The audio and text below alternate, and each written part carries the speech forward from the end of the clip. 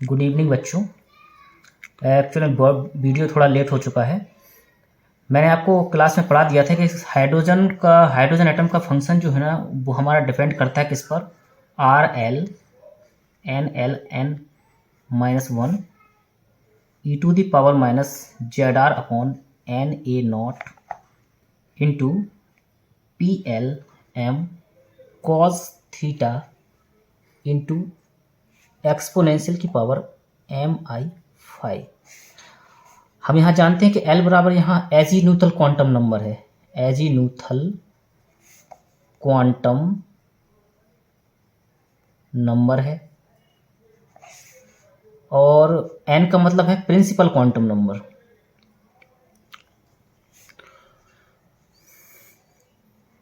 Principal quantum number. Similarly M बराबर यहाँ पर है मैग्नेटिक क्वांटम नंबर।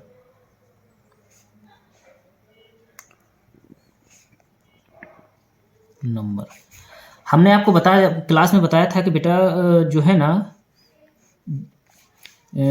हमने आपको ये भी बताया था कि साइन जो है ना एन एल एम अगर हम लिखते हैं, ठीक है, या हमें कहीं ऐसा लिखा हुआ आ जाता है साइन 2 1 -1 इस तरीके से, तो यहाँ पर समझना होगा आपको 2 जो है ना वो एन है, 1 है एल और -1 है एम। एम यहाँ पॉजिटिव भी हो सकता है और माइनस भी हो सकता है, कुछ भी हो सकता है, ठीक है। अब जैसे हमने आपको बताया था कि साइन 2, इसी के लिए फंक्शन लिखना हो, मान लो हमें साइन 2 -1, तो क्या लिखेंगे?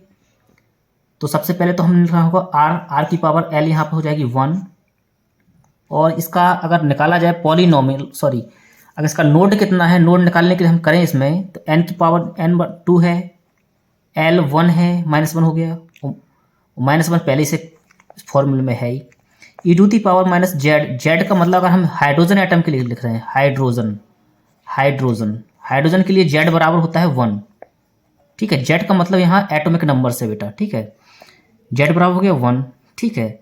आर जो कहते हूँ, और एन का मतलब है 2 ए नॉट।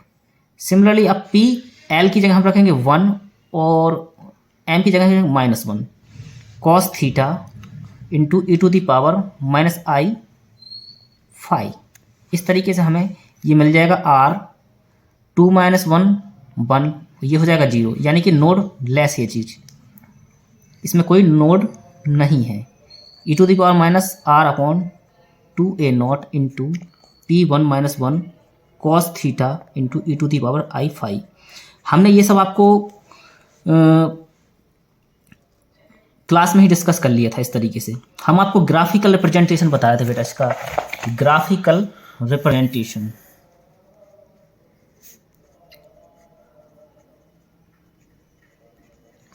ग्राफिकल रिप्रेजेंटेशन भी हमने आपको बताया था कितने टाइप का था बेटा। ग्राफिकल रिप्रेजेंटेशन को देखा हमारा था बेटा 3 टाइप का, रेडियल फंक्शन, ठीक है, जिसको हम आर बोल रहे थे। ऐसे ही दूसरा था हमारा रेडियल प्रोबेबिलिटी, स्पेलिंग थोड़ा उल्टा सीधा हो सकता है, उसको आप देख लेना, प्रोबेबिलिटी डेंसिटी फंक्शन, इसको हम r² से निकाल रहे थे, ठीक है, r² बोलते हैं। और तीसरा था हमारा रेडियल प्रोबेबिलिटी डिस्ट्रीब्यूशन फंक्शन, ठीक है, इसको r², कैपिटल R² और स्मॉल r², इस तरीके से हम इसको रिप्रेजेंट करते हैं। ग्राफिकल रिप्रेजेंटेशन हमने पहला ले लिया, जैसे graphical representation for radial function, यानी पहला वाला हमने इसको ले लिया, ठीक है। तो ये जो है ना, इसमें दो चीज़ों के बीच में लिया जाएगा, ये फंक्शन हमारा r और स्मॉल r के बीच में, ठीक है। अब मान लो हमें समझना बेटा जरा, हमें लेना है, मान लो फॉर 2p ऑर्बिटल, ठीक है, 2p orbital of hydrogen atom, ठीक है। अब क्या बेटा 2p के लिए हम अगर निकालें नोड, इसमें कितने रेडियल नोड कितने होंगे, रेडियल नोड्स निकालें, तो हमें वही फॉर्मूला अपना यूज़ करना है, n - l - 1। n यहाँ से कैसे पता चलेगा बेटा, ये 2 जो है ना, ये यहाँ पे n है तो 2 हो गया।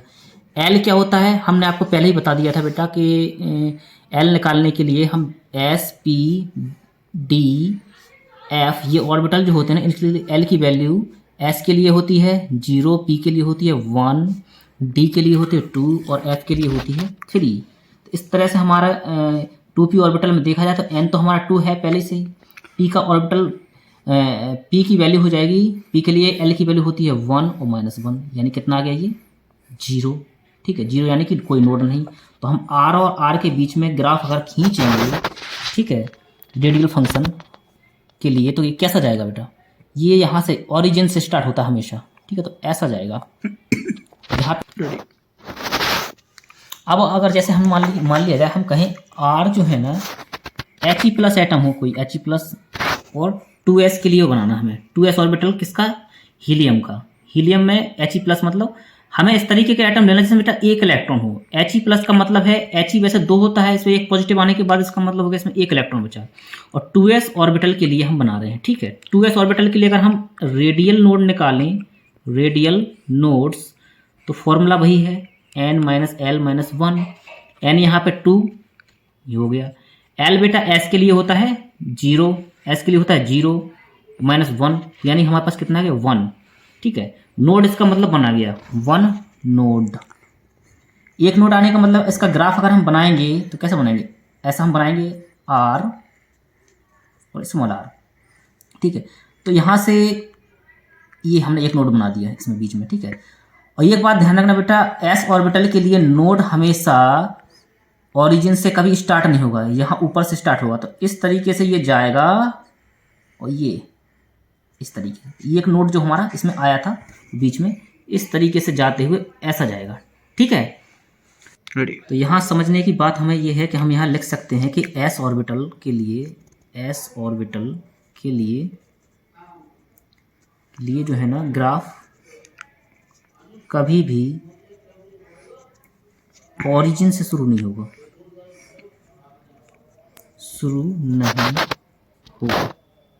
ऐसा बेटा। इसी के लिए सिर्फ ग्राफिकल जो है ना, हमने बोला रेडियल फंक्शन के लिए, पहला जो फंक्शन है रेडियल फंक्शन, उसी के लिए हम ऐसा बोलेंगे, ठीक है। आगे चल के हो सकता है वैल्यू बदल जाए, हम आगे पढ़ाएंगे, उसके बाद आगे आपको पता चलेगा, ठीक है। तो दूसरी बाकी जितने भी हैं सब के सब कहाँ से स्टार्ट होंगे बेटा, बाकी सब यहाँ ओरिजिन से स्टार्ट होंगे, ठीक है। और एस ऑर्बिटल को कहा जाएगा तो एस ऑर्बिटल हमेशा यहाँ से स्टार्ट होगा, ठीक है, ऊपर से स्टार्ट होगा, ओरिजिन से कभी स्टार्ट नहीं करेंगे हम उसको, ठीक है। अब एक और अगर एग्जाम्पल के तौर पे हम लें,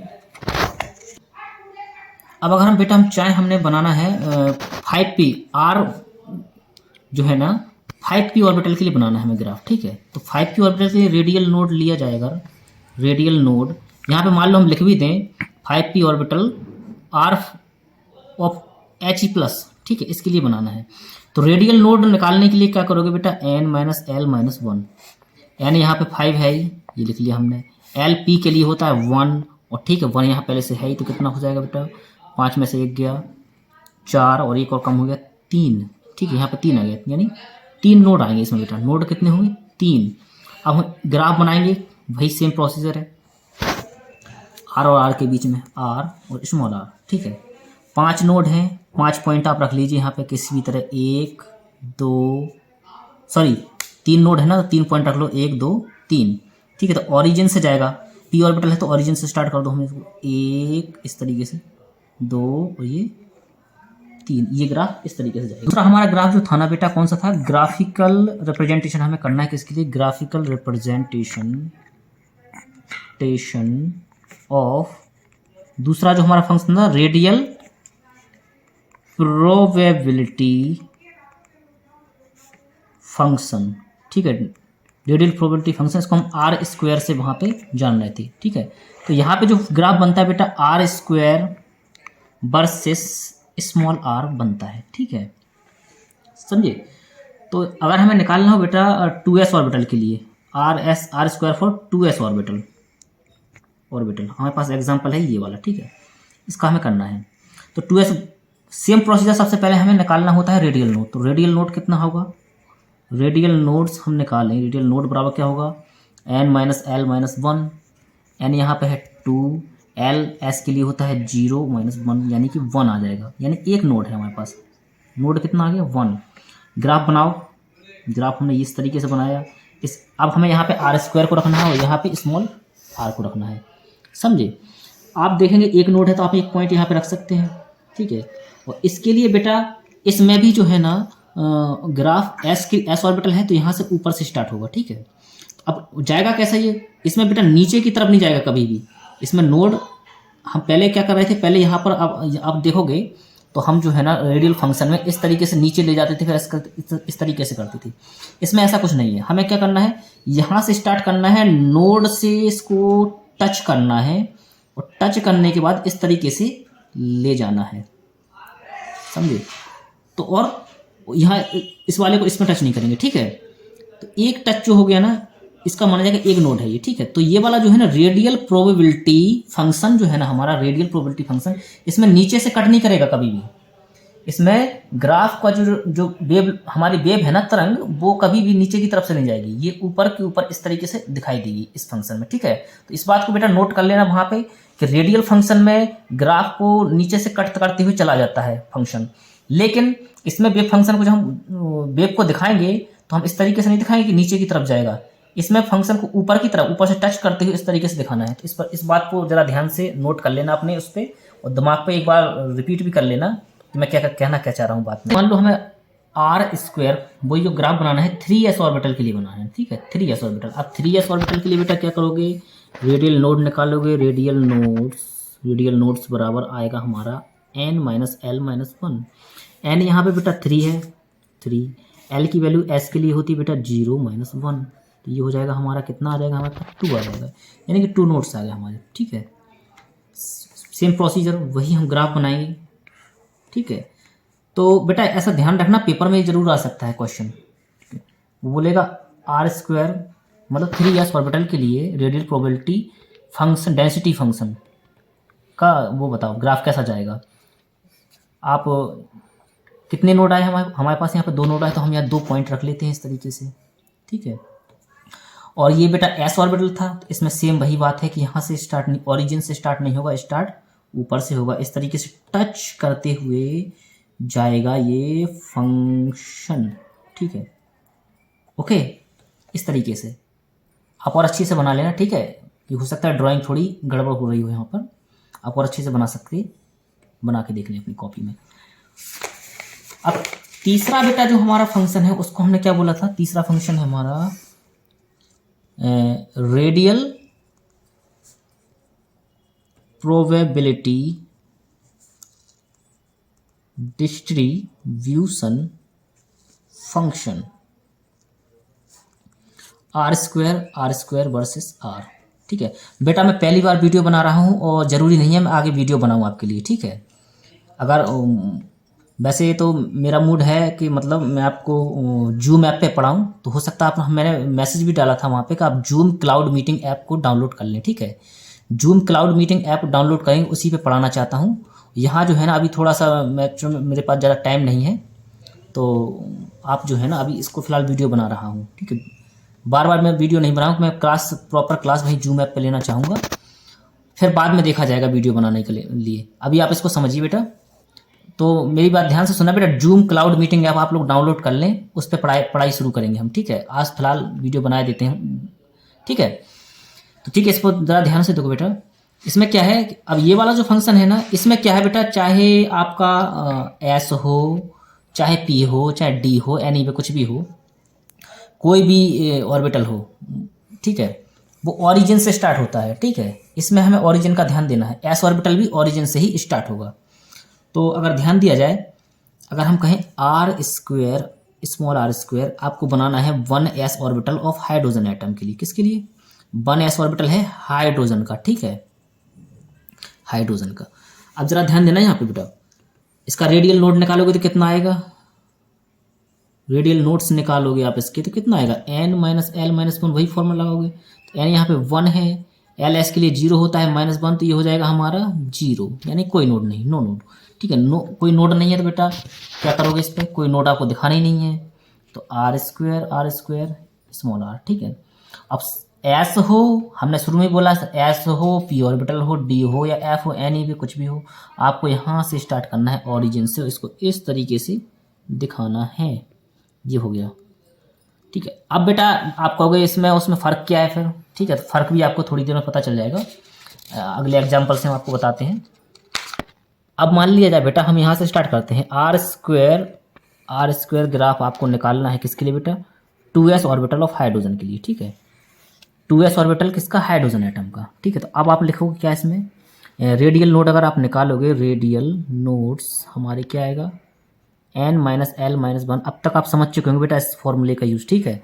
n तो यहाँ पे 2 है, l का वैल्यू 0 -1, s के लिए 0 होता है, इसलिए कितना हो जाएगा बेटा, कितना आ जाएगा, यह जाएगा हमारा 1, यानी कि इसमें एक नोट आ गया, एक नोट आ गया।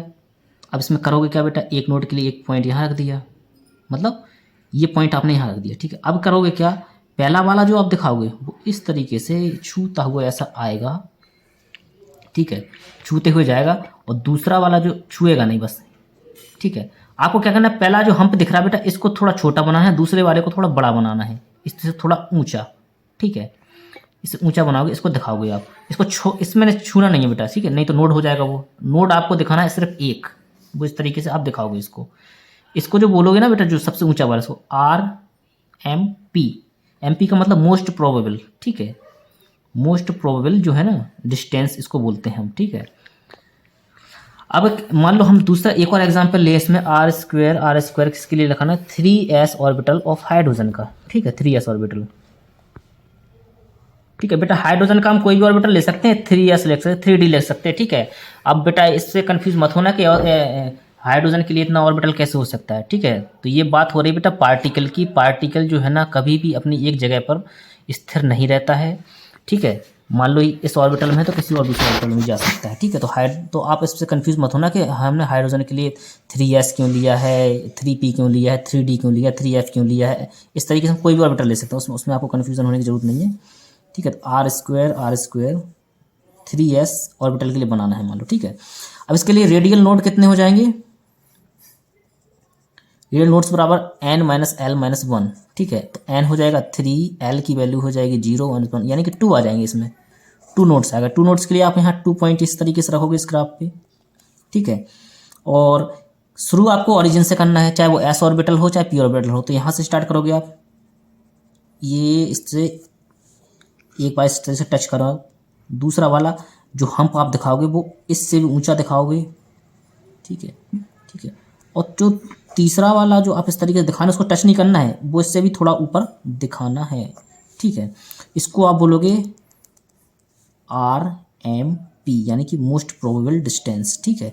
तो बस आप समझ लीजिए, आपको तीनों ग्राफों में अंतर समझ में आ गया होगा अब तक, ठीक है। तो आज की क्लास हम यहीं बंद करते हैं, ठीक है।